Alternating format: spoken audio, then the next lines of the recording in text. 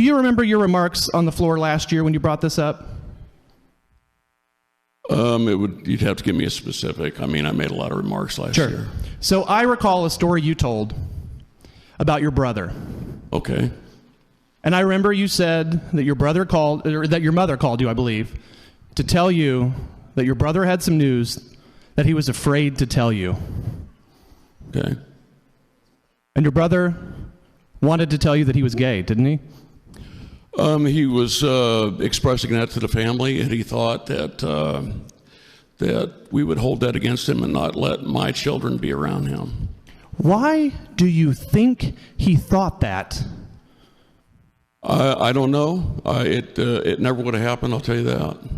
My kids at that point in their life adored my brother. Can I tell you, if I were your brother, I would have been afraid to tell you too. Well, I'm sorry. I would have been afraid to tell you too because of stuff like this. Because this is what you're focused on. This is the legislation you want to put forward. This is what consumes your time. I would have been afraid to tell you too.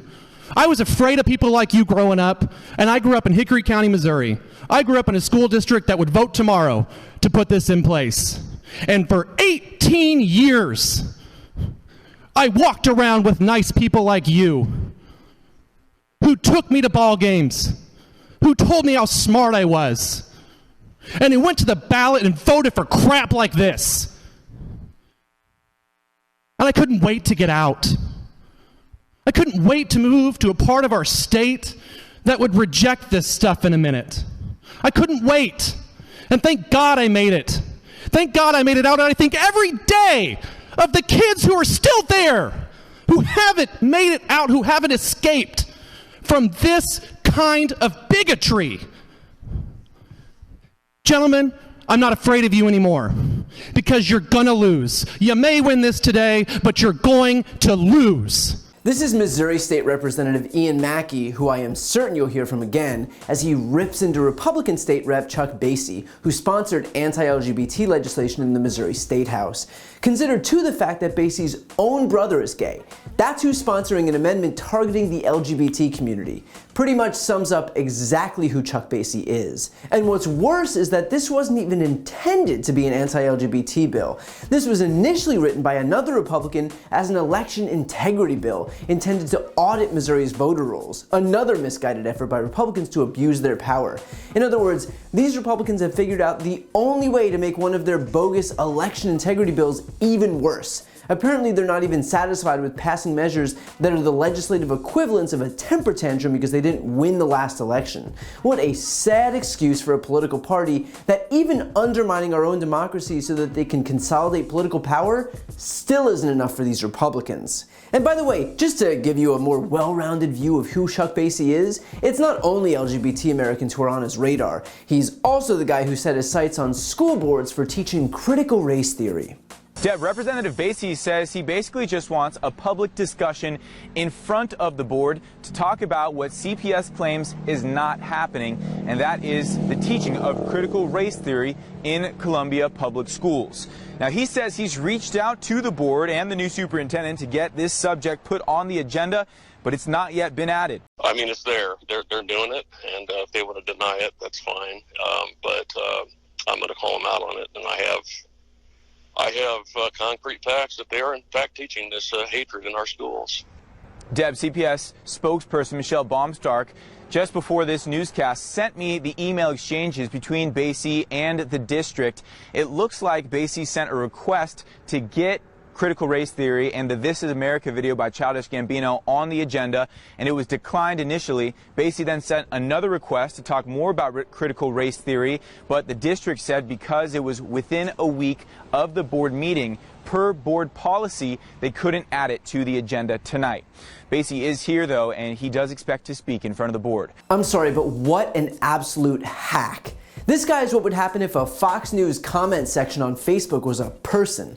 Imagine, seriously, just imagine getting into government and spending your time on this bullshit. Imagine threatening school boards because you don't like a song by Childish Gambino that exposed the systemic racism in America, and so you call that critical race theory and start showing up at board meetings to get it banned.